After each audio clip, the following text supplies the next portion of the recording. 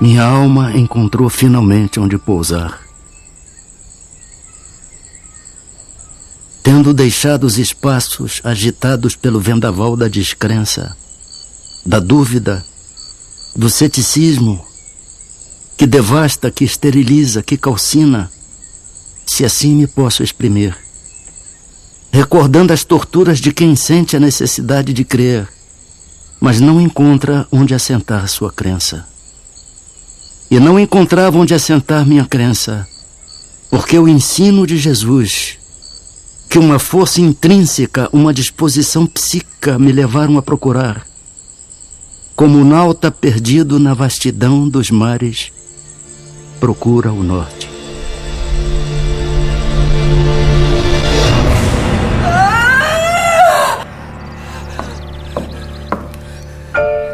Vamos, dona Fabiana, só mais um pouco e a criança sairá. Força, minha filha, força!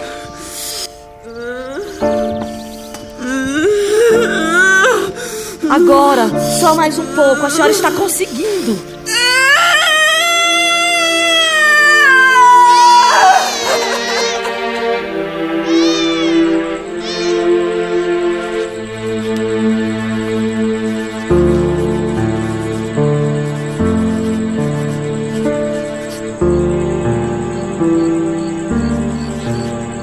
Nasci numa região quase inóspita no meio do sertão cearense. Um lugar onde a barbárie dos antigos conquistadores tornou-lo conhecido por Riacho do Sangue. Era um autêntico Bezerra de Menezes, família de grande influência na região, de honrarias, de disputas políticas e de ideias libertárias. Era filho de Antônio Bezerra de Menezes, capitão das antigas milícias e tenente-coronel da Guarda Nacional. Salve, doutor Antônio Bezerra! Salve, seu Altino! O que traz a estas bandas? São mantimentos e muitas encomendas também. Viagem longa, né, seu Altino? E cansativa. É um salve, viu? De lascar. Ainda muito jovem, não entendia o respeito que meu pai causava nas pessoas. Não era incomum a visita de tropas procurando rancho nas paragens de meu pai. Era costume patriarcal dos sertanejos permitir ao viajante com cama e mesa e provisões para a viagem.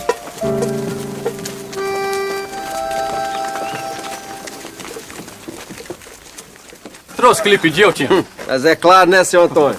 Ó, o menino Adolfo vai gostar disso. Muito bom. Adolfo, meu filho, corra! Corra, tem uma surpresa pra você.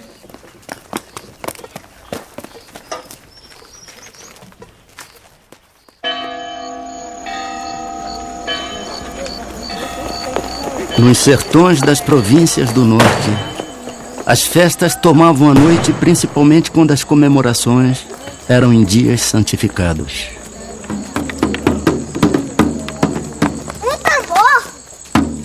Nasci e criei-me no seio de uma família tradicionalmente católica.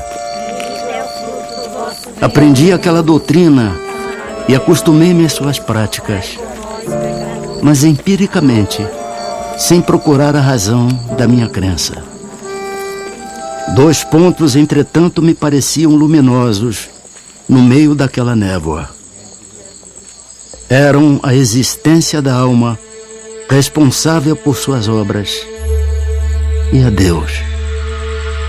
Criador da alma e de tudo o que existe.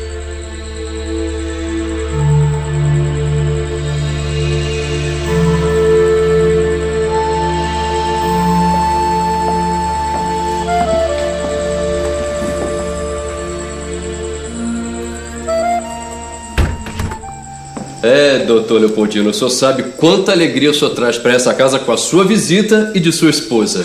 Alegria e muita honra, não é mesmo? Aceita um licor? Oh, sim. Merci, madame. Meu senhor. Obrigado, Fabiana. Mas, doutor Leopoldino, conte-nos aquela história. A família era mesmo de São João do Príncipe. Uma família, sobretudo religiosa, que não se deitava antes de rezar o terço e não se levantava sem cantar o ofício de Nossa Senhora.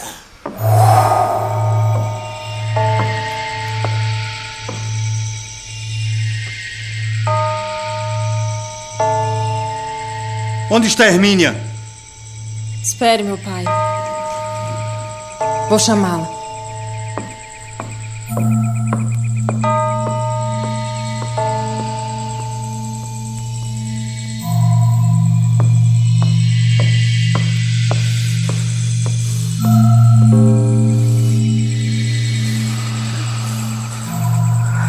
Hermínia, minha irmã. Vamos. Está na hora do terço. Nosso pai já a chama. Ninguém me diz o que fazer. Que o terço espere nas profundezas do inferno. Sai daqui! Surpreendidos os pais, principalmente por não ter acudido ao seu chamado, ela, que era dócil e obediente, mandaram-lhe dizer novamente que só estavam esperando por ela.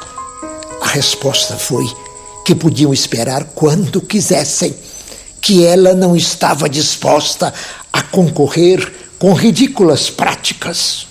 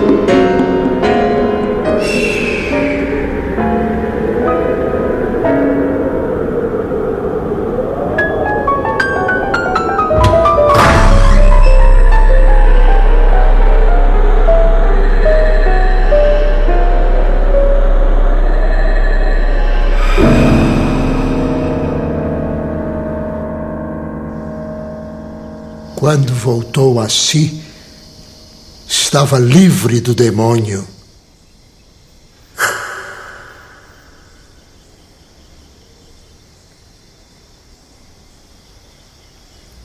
Aquele relato do velho contador de histórias seria o meu primeiro contato com o universo além da matéria.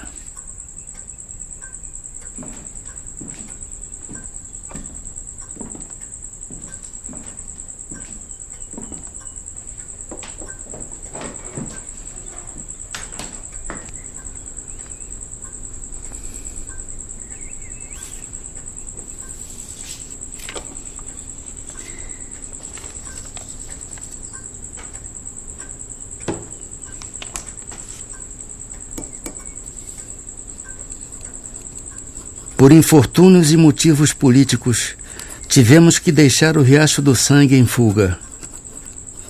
As perseguições aos ideais libertários se intensificaram na província. Um aliado político e parente, Major Facundo, fora assassinado e meu pai corria risco de vida.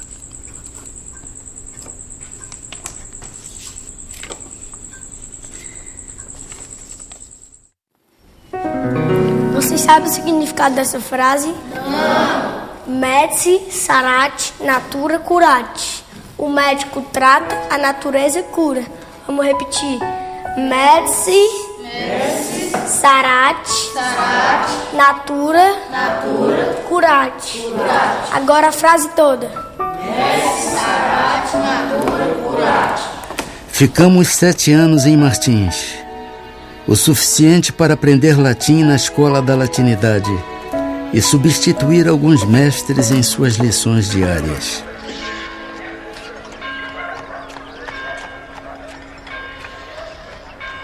Retornamos ao Ceará após arrefecer os ânimos.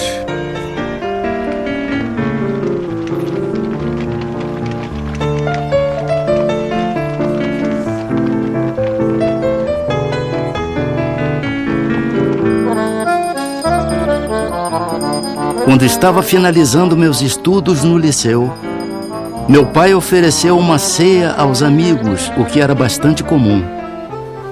Mas aquela tinha um sabor diferente. Senhores, meu filho em breve irá deixar-nos para concluir os seus estudos superiores no Rio de Janeiro.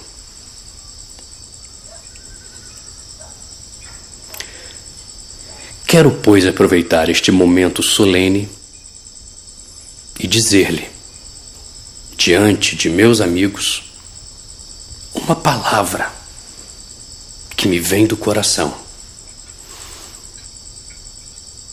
A única e verdadeira felicidade que um homem pode ter na terra é a que oferece o estudo, o lar, a família, os filhos. E se esta felicidade é a avis rara dos poetas, meu filho irá encontrá-la em seu caminho. E peço-lhe, em meu nome e de sua mãe, que a acolha e não deixe escapar.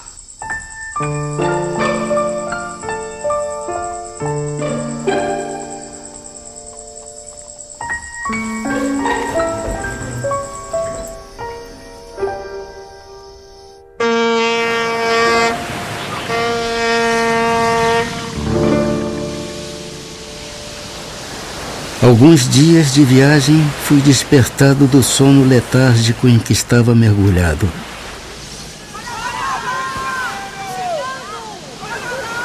Nenhum perigo havia. Eram os passageiros que se acotovelavam para melhor verem o gigante de pedra que guarda a entrada da primeira baía do mundo.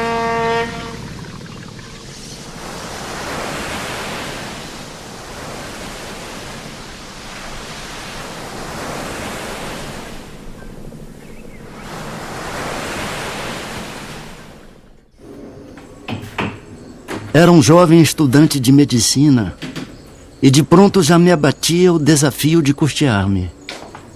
Se não bastasse a falta de trato dos colegas, me era preocupante a dívida da pequena pensão e a manutenção de meus estudos.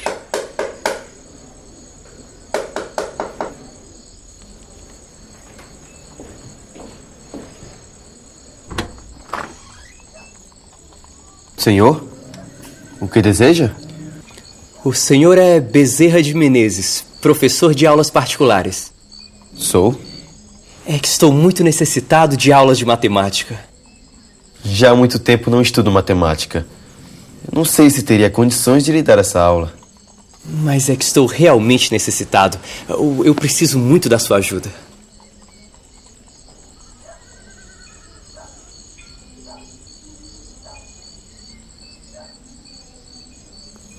Está bem. Mas eu preciso de um tempo. Uma semana, talvez. Para que possa estudar. Preparar-me para dar essa aula. Acordado, acordado. Aqui está o seu pagamento. Por favor, não. Pague-me só depois. Esse dinheiro o meu pai me deu como mesada. Se o senhor não aceitar agora, eu vou acabar por gastá-lo com futilidades. E quando chegar a hora certa, eu não vou ter como lhe pagar.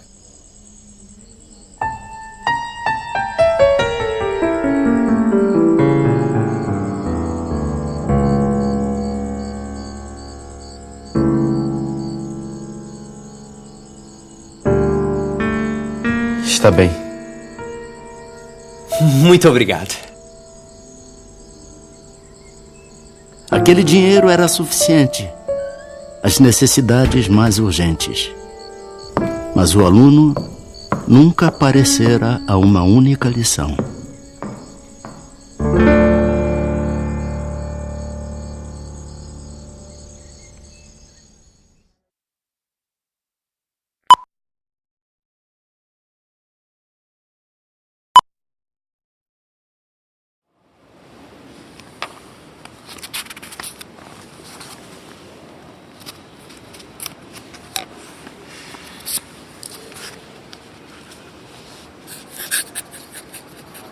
Os desafios de sobreviver em terras distantes já anunciavam o exercício da tolerância frente aos preconceitos de meus colegas na Academia Imperial de Medicina.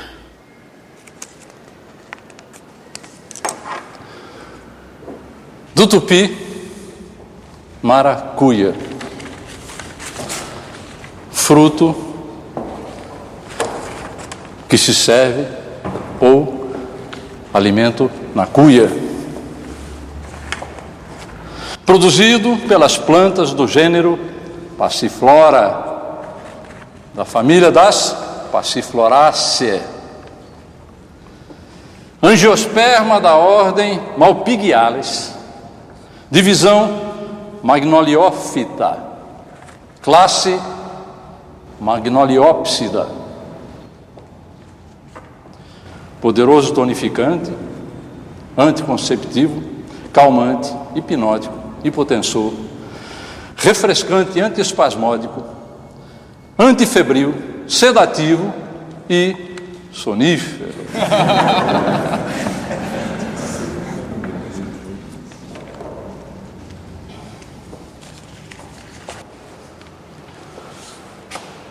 Meu jovem Adolfo, o senhor tem certeza de que a autoria desse documento lhe pertence?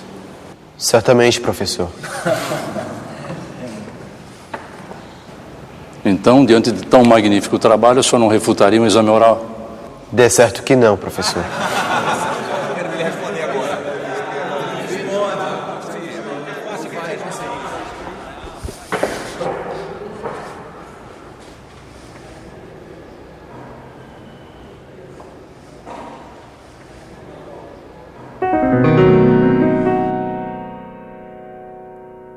Aquela arguição durou cerca de 1 hora. Ao constatar de que o trabalho era de minha autoria, conquistei um certo respeito de meus colegas e mestres.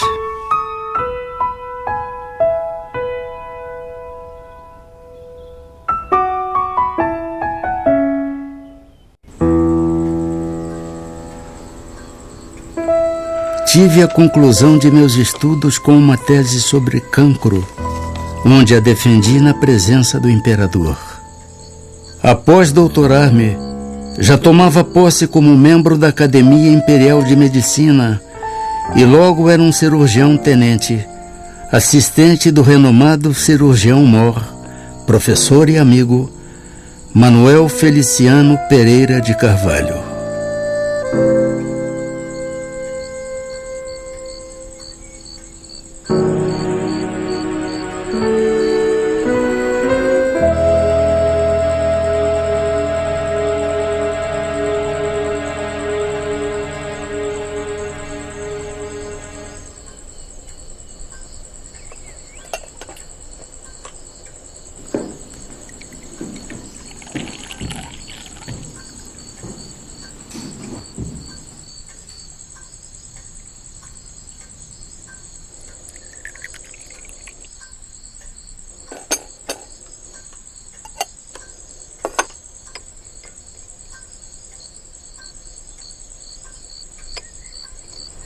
Maria Cândida.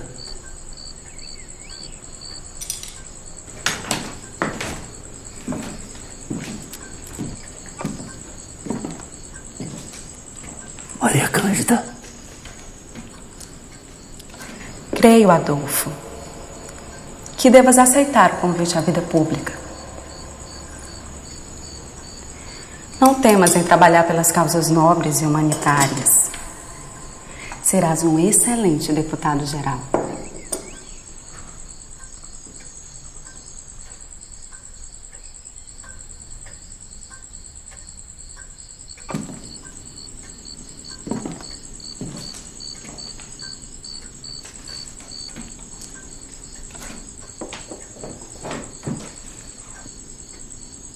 Maria Cândida me motivava entre duas paixões, a medicina e a política. Senhor presidente, o projeto 15 de julho, da autoria do nobre deputado Rodolfo Dantas, é um avanço abolicionista. Fixa a idade limite da escravidão em 60 anos. As reações adversas ao projeto são os abusos praticados pelos abolicionistas. Senhor presidente, peço licença para uma intervenção.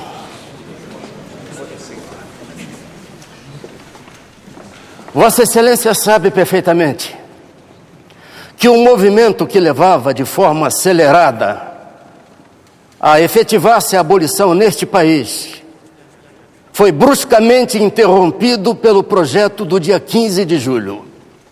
Não em Campos. Eu tenho a impressão que o nobre deputado pelo 6º Distrito veio a esta tribuna mais como representante de sua localidade do que mesmo para refutar as minhas proposições, que representam a mais pura verdade. Os fazendeiros de Campos, e eu dou testemunho, querem, como disse o nobre deputado, desenvolver as suas indústrias. Mas tem-se visto homens cultos, de elevada posição social mesmo, desconhecerem os princípios mais humanitários. E os abolicionistas querem e devem conter os desmandos destes homens, mas o fazem dentro dos princípios e dos limites determinados pelas leis deste país.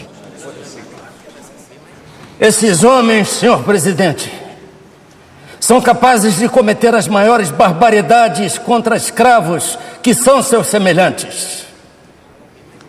E o nobre deputado aqui disse e aqui qualificou que esses atos não passam de abusos de abolicionistas.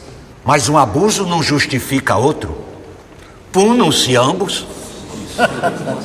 Me perdoe, nobre deputado, mas o que se vê é que esses bárbaros que se viciam, eu diria mesmo com furor ferino, os seus escravos, os seus irmãos, os seus semelhantes, até hoje não foram condenados pela lei. Vossa Excelência, pode apontar-me um fato de um abolicionista processado por violência contra a propriedade servil ser condenado?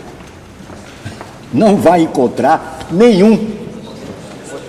Realmente, nobre deputado, eu não apresento um só, porque já que os senhores que torturam, barbarizam, se viciam os escravos que são seus semelhantes e não sofrem qualquer tipo de repressão, por que os abolicionistas deveriam ser punidos por salvarem vidas?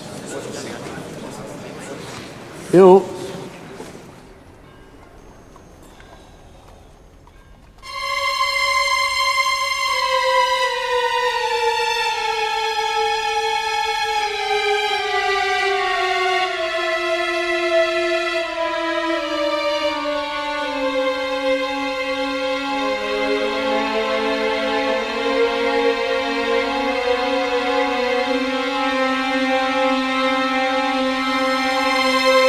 A A política, como eu compreendo, não é uma especulação dos homens, é uma religião.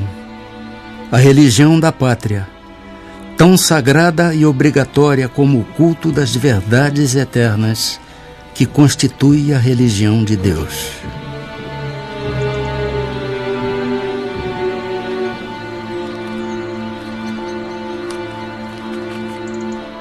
Vossa Excelência? Vossa Excelência?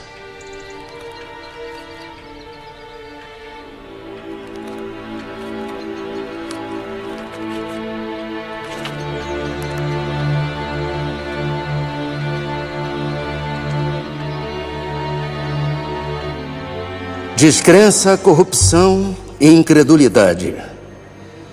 Eis, pois, senhores, o sumário de todos os sintomas que oferece o país, sobre o tríplice ponto de vista por onde o consideramos.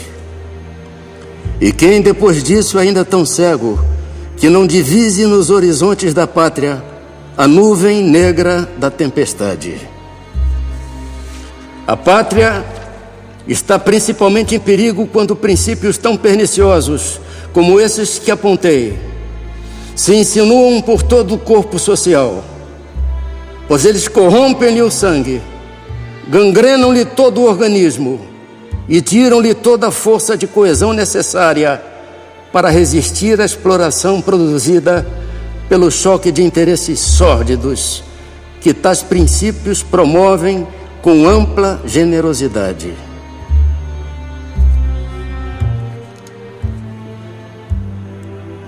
Senhores,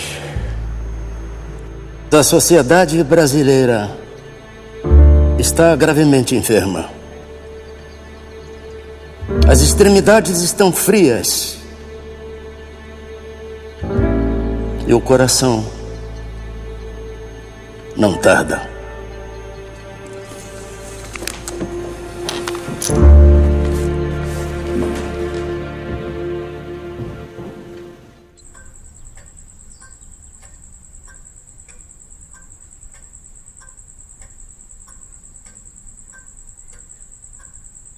Abandonava a religião da pátria para dedicar-me à medicina.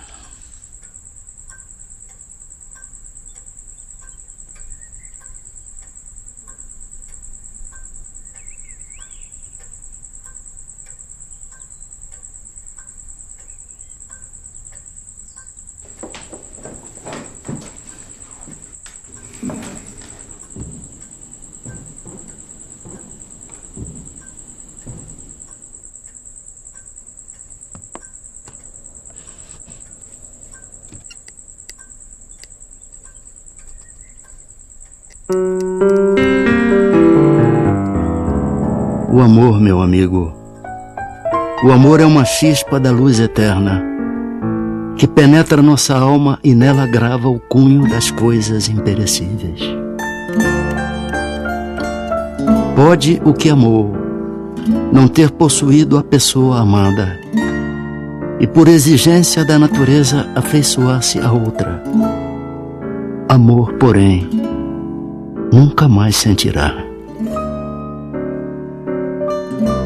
Se de fato amou da primeira vez, se não tomou por amor um sentimento transitório.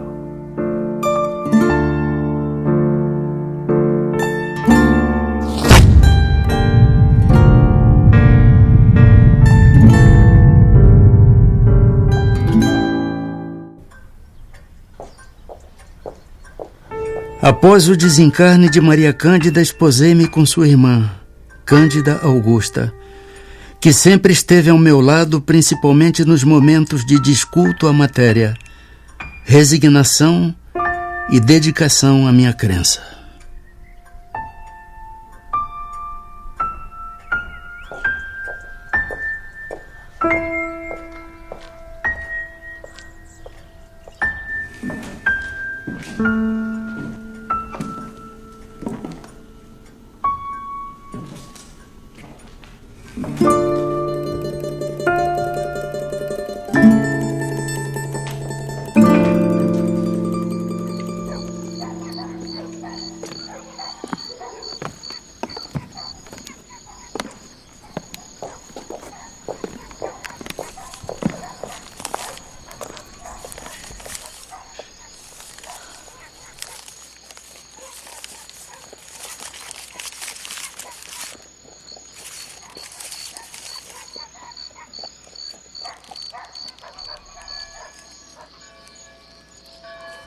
Era um presente de um colega. Ainda não sabia o motivo ao certo. Deu-mo na cidade e eu morava na Tijuca a 1 hora de viagem de bonde.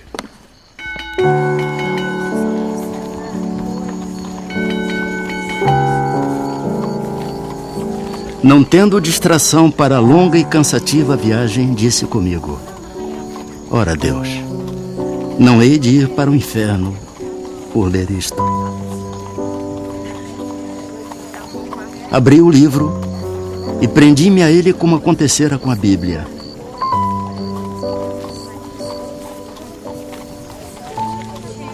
Lia, mas não encontrava nada que fosse novo para o meu espírito. E, entretanto, tudo aquilo era novo para mim.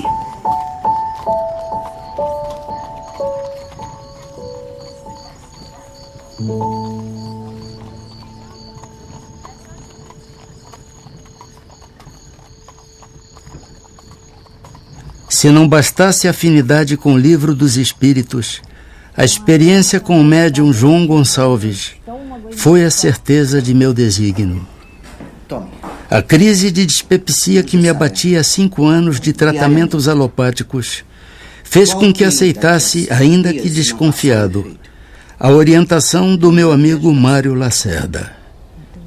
Fora Mário o encarregado à primeira consulta mediúnica.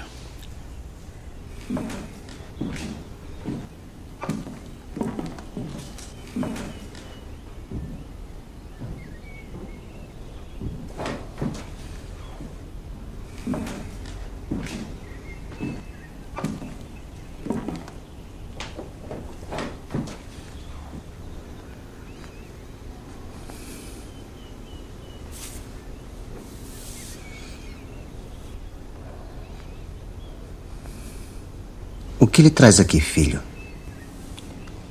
Um amigo que sofre de uma enfermidade e, pelo que vejo... O seu amigo médico sofre de náuseas, tonturas, vômitos, ardências no estômago. A dor no peito não é do coração.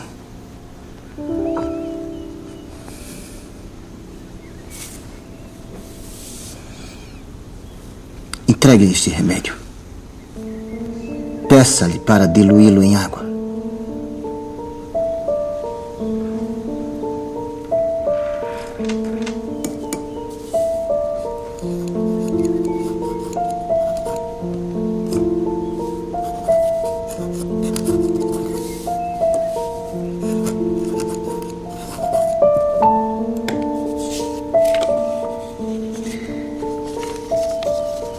Diga-lhe para seguir as orientações do humilde amigo.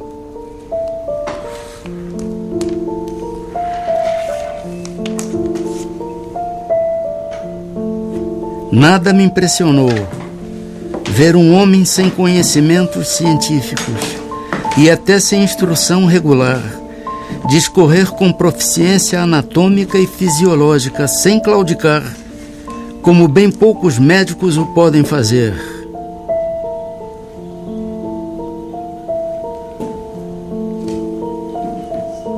Em pouco tempo de tratamento, a doença desaparecia.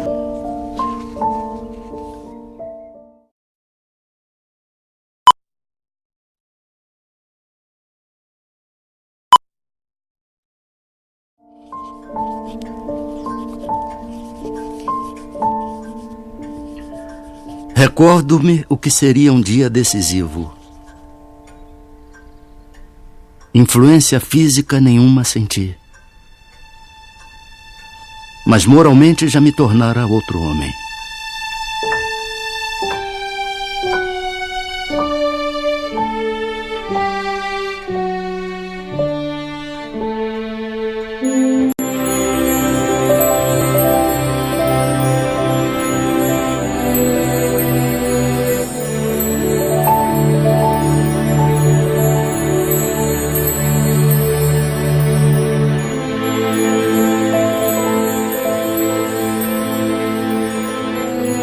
Senhor, O salão da guarda velha já está pronto.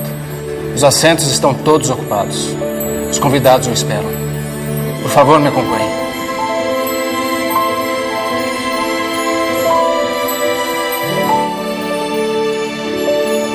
Com licença, senhor. Quero assinar o livro de presenças.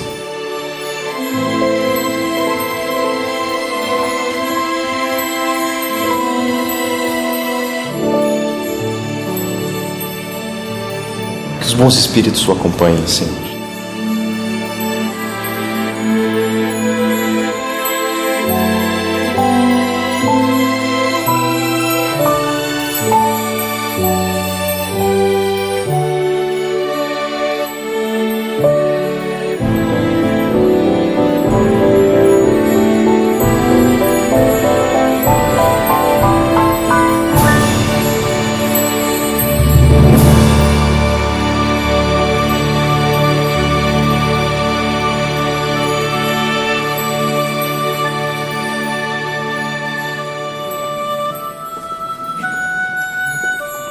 Naquele dia me abracei com um cascalho para não rolar no abismo da descrença.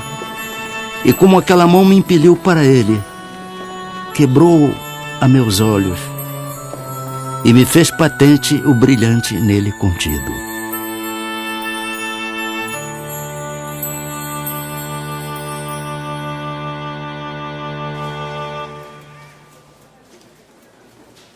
Minha alma encontrou finalmente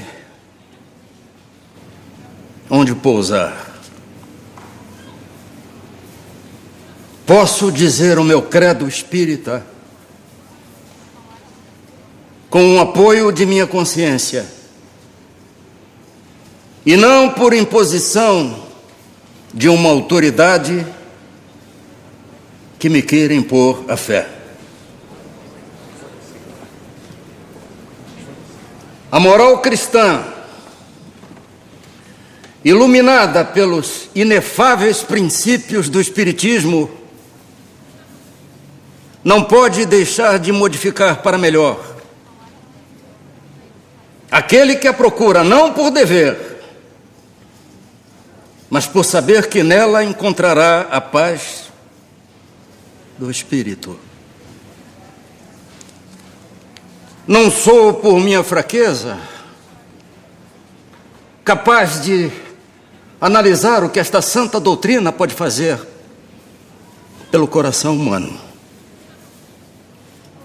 Também não quero fazer qualquer julgamento para não incorrer no orgulho ou em falsa modéstia. Mas posso afirmar aos senhores que já compreendo os meus deveres para com Deus e os meus semelhantes de modo acentuadamente mais diverso do que antes de ser espírito. Por favor, senhor. Pois rogo um pouco mais de vossa atenção. Sei bem que já vos tomei vosso precioso tempo, além do necessário. Mas ao longo da minha vida ouço dizer que fora da igreja não há salvação, fora da verdade não há salvação, mas eu pergunto aos senhores e senhoras, o que é a verdade?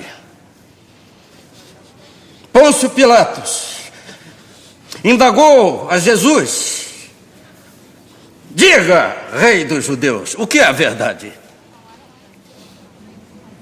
E o mestre, humilde e silenciosamente, abaixou a cabeça.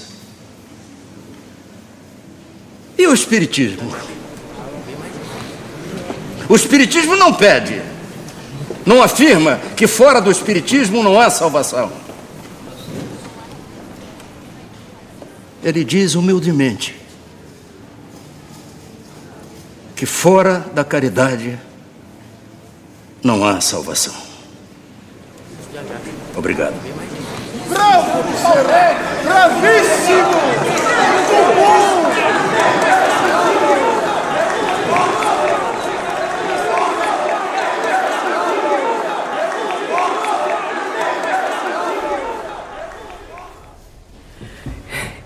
Não sei como ele vai receber essa notícia. Preocupado no coração dele.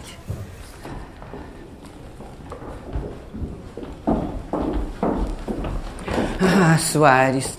Soares, meu irmão, não lhe trago boas notícias. Por que tamanha aflição?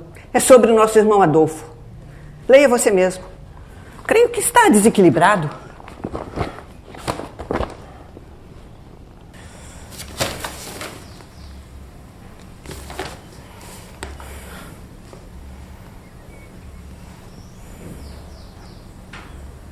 Está louco?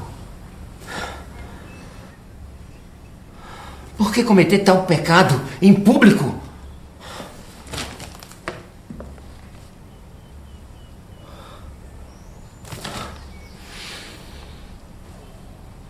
Adolfo expõe o nome de nossa família à ridicularização pública através de forças demoníacas. Mas o que houve, Soares?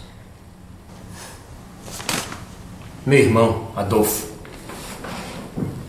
adotou a religião dos demônios em discurso público. Religião dos demônios? O espiritismo, uma religião de fantasmas, de pessoas falecidas. Religião de fanáticos que afastam os homens da pura e verdadeira religião. Espiritismo. A religião que as pessoas se comunicam com os mortos? É. Eu sinto o cheiro de enxofre das palavras dele. Meu Deus, só pode estar possuído. Precisamos buscar o auxílio da Igreja Católica para exorcizá-lo. Religião do politeísmo, religião dos demônios. Que Jesus Cristo expulsou. Religião de Pitágoras. Buscam a pluralidade da existência como boa nova para atrair noviços.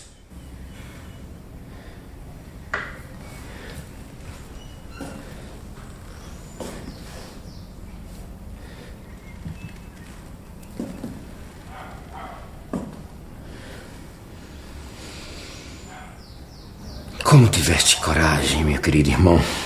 Como?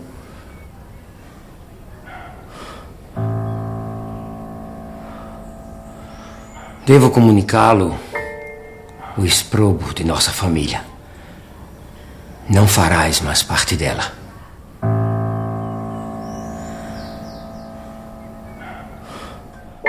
Devo dizer-lhe, estimado irmão, que colocaste o nome de nossa família à execração pública.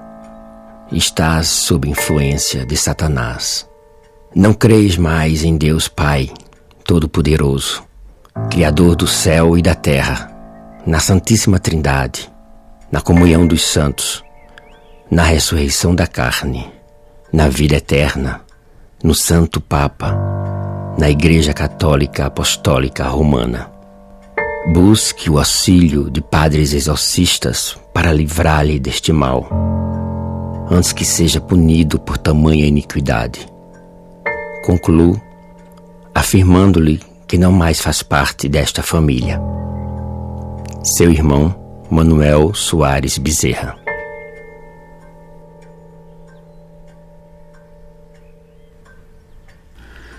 Dentre as reações adversas à minha escolha ao espiritismo, aquela me atingira profundamente a alma.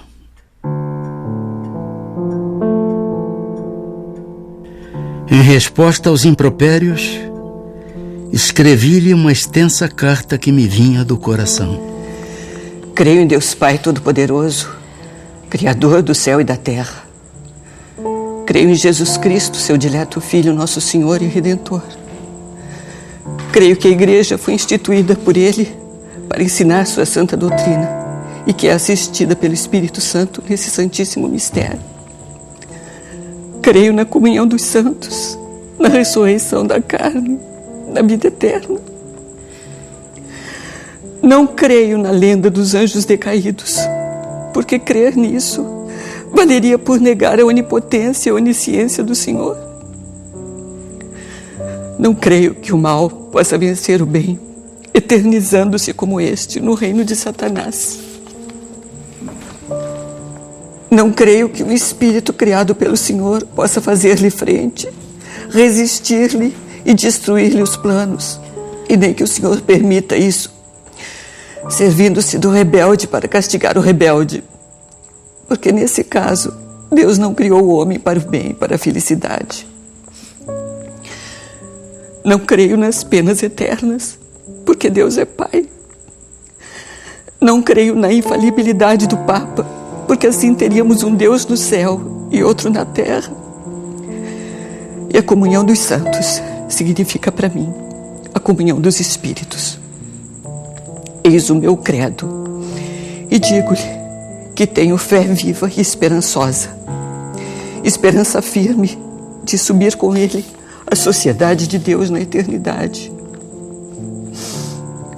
Pouco nos resta de vida, a mim e a você. Pouco nos falta para nos encontrarmos onde, livres da obsessão da carne, possamos conhecer se tem ou não razão. Paz e amor em Jesus Cristo, nosso Senhor. Seu irmão, Adolfo.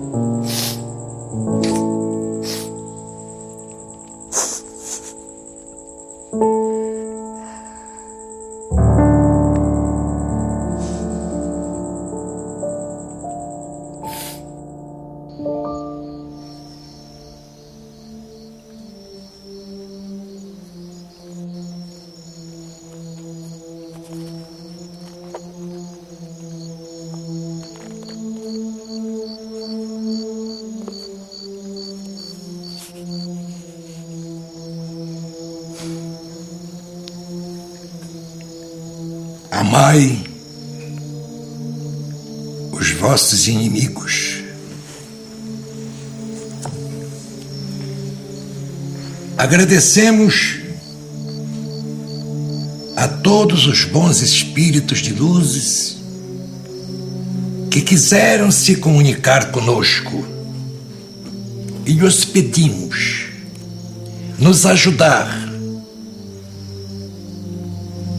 para que possamos desenvolver e orientar a todos através das instruções que nos deram e que possamos, ao final desta reunião, cada um de nós sair cada vez mais fortalecido na prática do bem e do amor ao próximo. Desejamos também, ao mesmo tempo, que essas instruções sejam proveitosas para os espíritos sofredores, ignorantes, viciosos, que também pediram para assistir à nossa reunião e aos quais rogamos a Deus toda a sua misericórdia. Graças a Deus.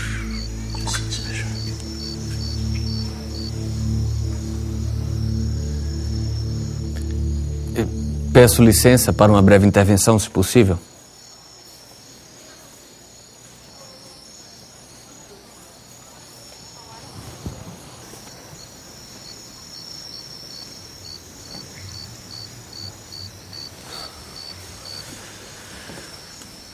Bezerra, continuo ateu. E não somente por meus colegas, mas também por mim, venho convidá-lo a um debate público, a fim de provarmos a inexpugnabilidade do materialismo contra as pretensões do espiritismo. E devo prevenir vocês que o materialismo já levantou extensa lista de nomes de médiuns fraudulentos, de ilusionistas que operam em nome de poderes imaginários, daqueles que largaram o suposto das forças psíquicas e fizeram declarações quanto às mentiras piedosas de que se viram envoltos. Dos chamados sensitivos, que reconheceram seus enganos e desertaram das fileiras espíritas. E, juntamente com esta relação, apresentaremos outro rol de nomes que o materialismo também levantou. Nomes dos experimentadores que provaram a inexistência da comunicação com os mortos, de sábios que não puderam verificar as factícias ocorrências da mediunidade, de observadores desencantados de qualquer testemunho de sobrevivência, de estudiosos ludibriados por vasta súcia de espertalhões. Esperamos que você e os espíritos aceitem o repto.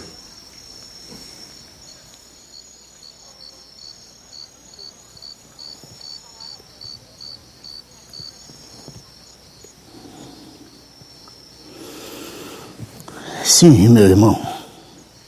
Se é que posso chamá-lo, meu irmão. Aceitamos o desafio, desde que o irmão traga para o debate um infortunado que o materialismo tenha soerguido moralmente no mundo, um malfeitor a quem a dignidade humana tenha sido devolvida, um infeliz a quem o materialismo tenha restituído o riso, a alegria de viver. Os desesperados da alma, a quem tenha sido restituído a paz do coração. Aqueles irmãos nossos que a morte levou seus entes mais queridos e enregelados na dor, será que o materialismo acenou para eles com alguma esperança? As mulheres afortunadas ou desafortunadas, perdidas na vida,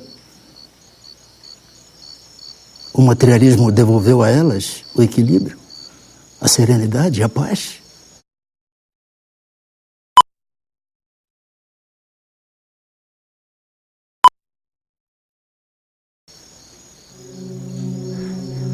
E aqueles que sem rumo, sem bússola na vida, que foram arrancados das portas do inferno pelo materialismo? Acontece isso, irmão. E aqueles nossos mais queridos irmãos, cuja morte arrebatou seus seres mais queridos, e que, enregelados na dor, será que o materialismo acenou para eles com esperança? E as viúvas, órfãos, será que o materialismo apontou para eles a esperança também? Para que não desfalecessem de dor, de desespero ante as cinzas do túmulo? Aquele que não perdoa foi ensinado pelo materialismo a perdoar? E os nossos semelhantes, que vieram do berço cegos, mudos, paralíticos, deformados, será que o materialismo ensinou a eles a serenidade, a resignação, para que enfrentassem com paciência, com compreensão, com justiça, o quinhão de lágrimas que a eles a vida reservou? Ah, amigo, se você conhecesse a lei de causa e efeito, a lei de reencarnação, e eu lhe pergunto ainda, o suicida, aquele que tem essa ideia fixa na mente, o materialismo teria tirado de sua cabeça este ato que é considerado o crime mais afrontoso ao Criador?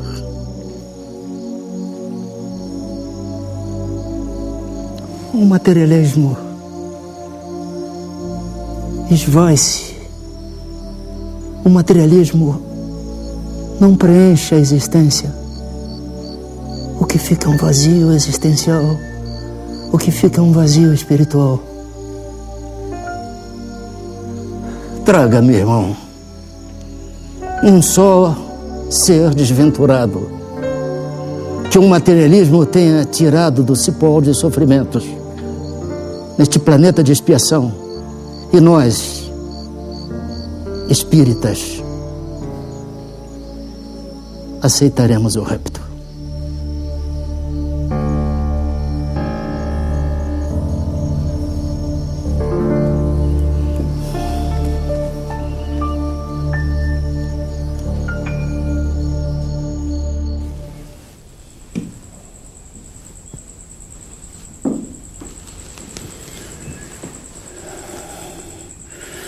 Há quanto tempo o Francisco está com febre? 6 horas. Começou sem nenhum motivo aparente. Muito bem. Eu vou preparar um banho. A febre vai ceder. Não. Fique com o Francisco. Eu atendo.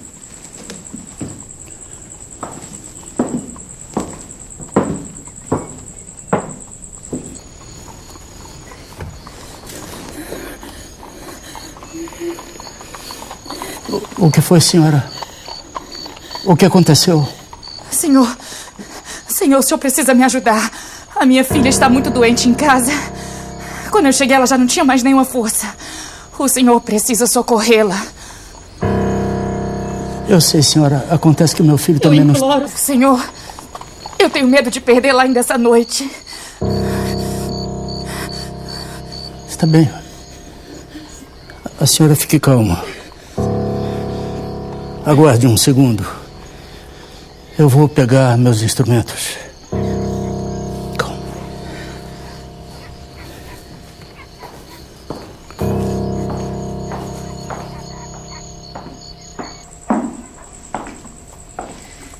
Quem era, Adolfo?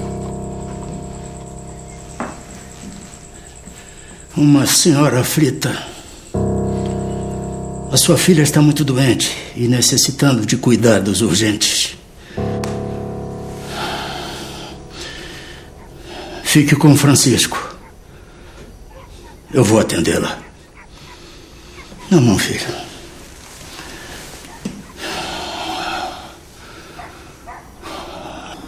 Senhor, em vossas mãos,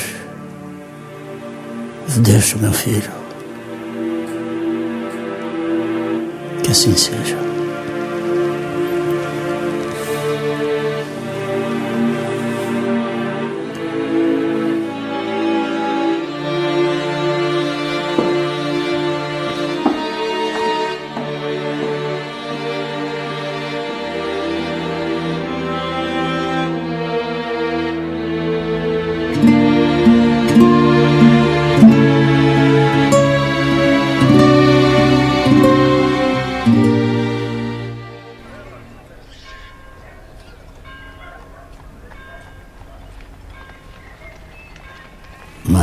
Mais. Bota a linguinha para fora.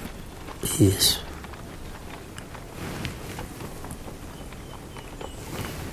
Está bom. Está bem. Pode vestir a criança, senhora.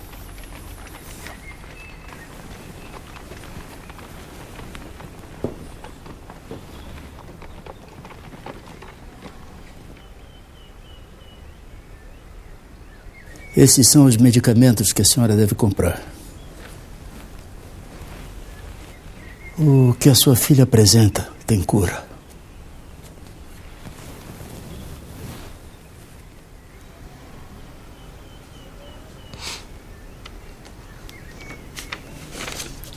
Me perdoa, doutor, mas eu não tenho um centavo de réis para comprar o medicamento.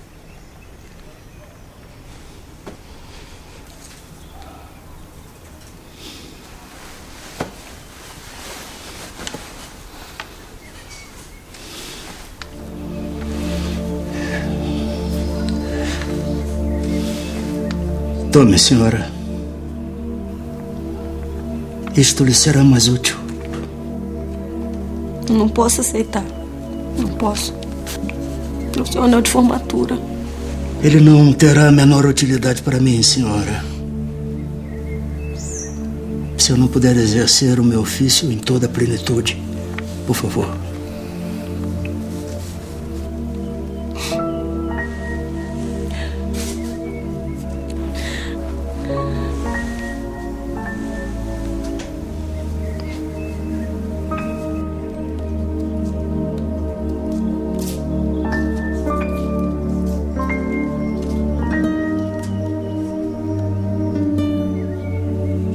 O médico verdadeiro não tem o direito de acabar a refeição, de escolher a hora, de inquirir se é longe ou perto.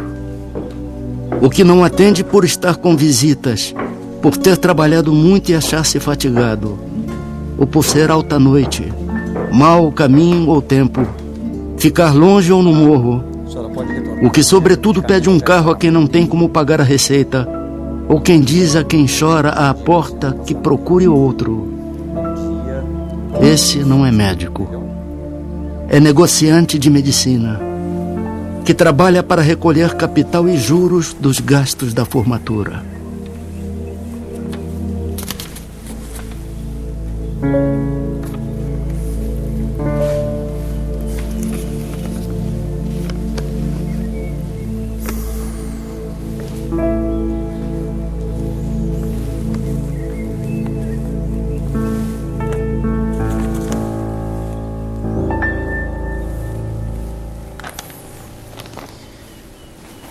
Nós já temos inúmeras dívidas do Dr. Bezerra de Menezes. A senhora tem como pagar o medicamento?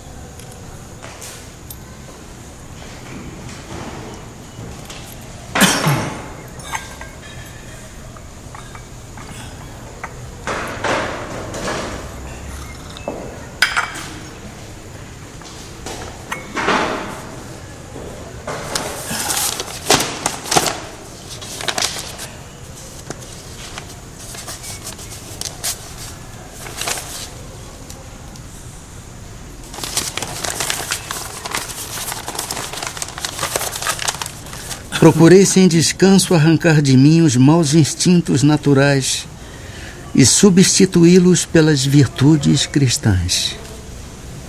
Tendo fé, tenho esperança. E quanto à caridade, procuro tê-la o mais que me é possível.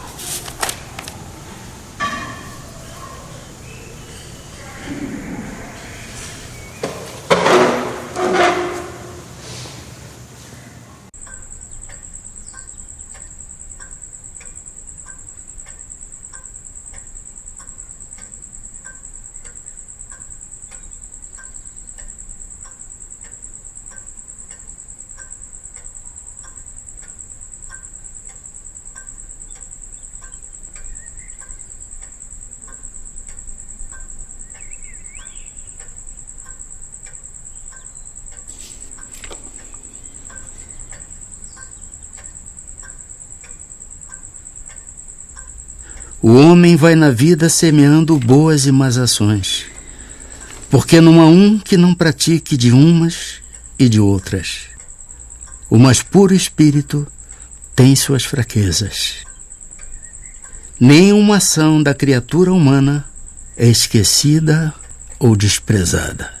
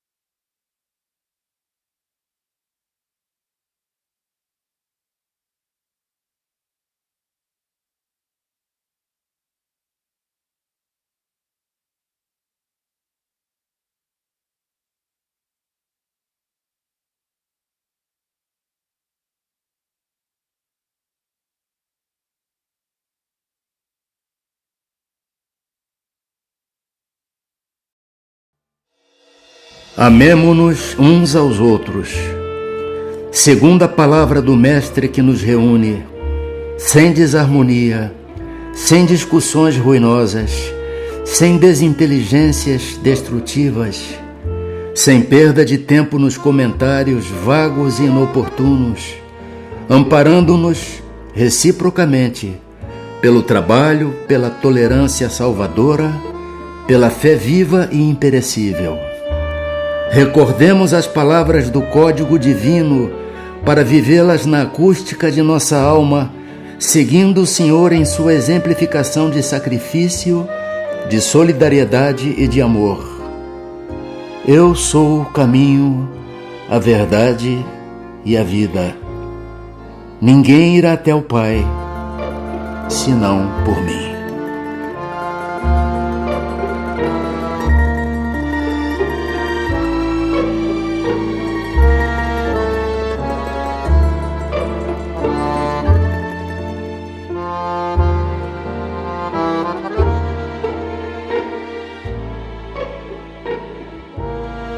Ele hoje é um espírito que ele coordena todos os médicos do espaço. Tem invocado todo dia na minha casa. Nós todo dia pedimos que ele dê uma assistência espiritual, que ele fique próximo, estenda as suas mãos, a fim de que a gente consiga, seja merecedor de receber a graça. Eu perdi uma vista. E nem parece, né? Então, nessa operação eu pedi, não só o Bezerra de Menezes, como a outros médicos do espaço, que orientassem os médicos que estavam me operando. A humildade, a caridade, são o maior exemplo dele, Dr. Bezerra de Menezes. Foi um médico, mas fazia muita caridade, ajudava muitas pessoas, entendeu? São um dos maiores exemplos dele, a caridade, a humildade que ele tinha no coração. Quando eu me lembro que o Dr. Bezerra nasceu em 1831, e conseguiu o que ele conseguiu, porque a gente vai fazer um pouco mais de esforço para também conseguir ser uma pessoa melhor. Para mim, Bezerra de Menezes, se fosse ele católico, ele era santo já. Como era espírita, ele é um trabalhador do Cristo em benefício das pessoas carentes, em benefício de todos nós. Bezerra de Menezes é uma luz. Depois de Jesus, só Bezerra de Menezes, porque respeitando a Deus, porque o que ele fez, nenhum outro homem fez aqui. Pelo menos no Ceará, no Brasil. Porque do século passado, nascer aqui, se formar, ser o médico dos pobres, renunciar a tudo e aceitar a doutrina espírita, e divulgou a união, o amor pelo seu semelhante, concluindo as palavras de Jesus. Amai uns os outros, como eu vos amei. Ele amou tanto que não ficou com nada da terra, mas ficou com tudo do céu.